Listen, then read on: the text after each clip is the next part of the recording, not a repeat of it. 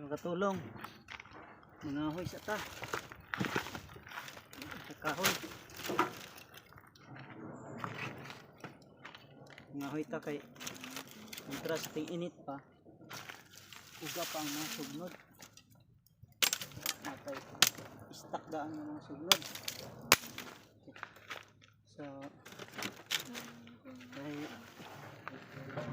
nabuon ay dahang sugnod din dapit nahoy sa ta.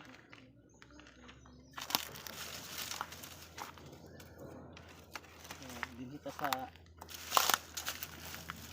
may kakahuyan area.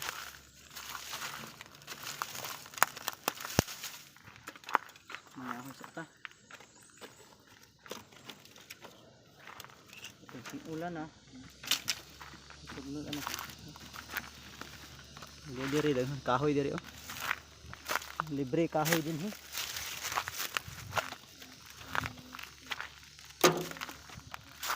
nahoy ta.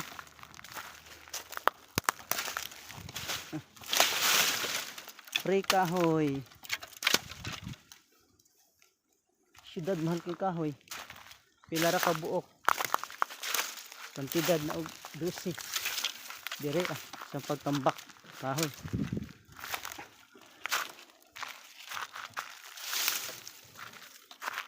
Okay. Init lang kay ang panahon ba, grabe ka init.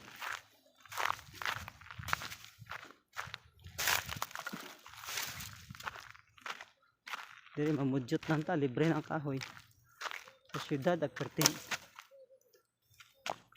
ting mahala sugnod.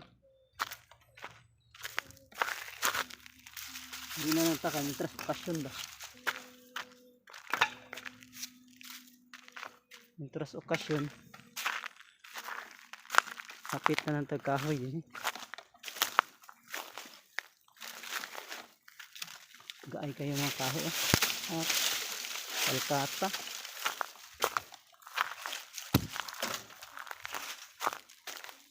Palkata ang itong mga kahoy.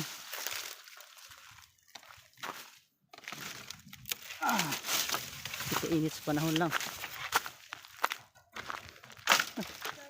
Init kayo. So, kung gikargahan ang ato ang tricycle, mga kahoy. So, libre na ang atong kahoy. Ito sige palit sila og kahoy. Interesting init pa. Sige tag kaysa palit ta og gas. Sama na. Ay abog ay.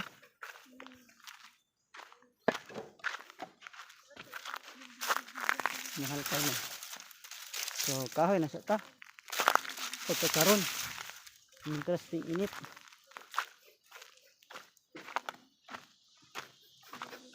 Sagbot naman ka itong motor. Panglabay na ako ng salag. Panglabay na nabi. Lalo na po na sa siyudad ba. Dito na po na magkalat. Yung mga salag kunguha niya. Kalat kayo mga tricycle yung gawa ay bago man ako limpyuhan ng motor cab. Pero yung kalat ng motor.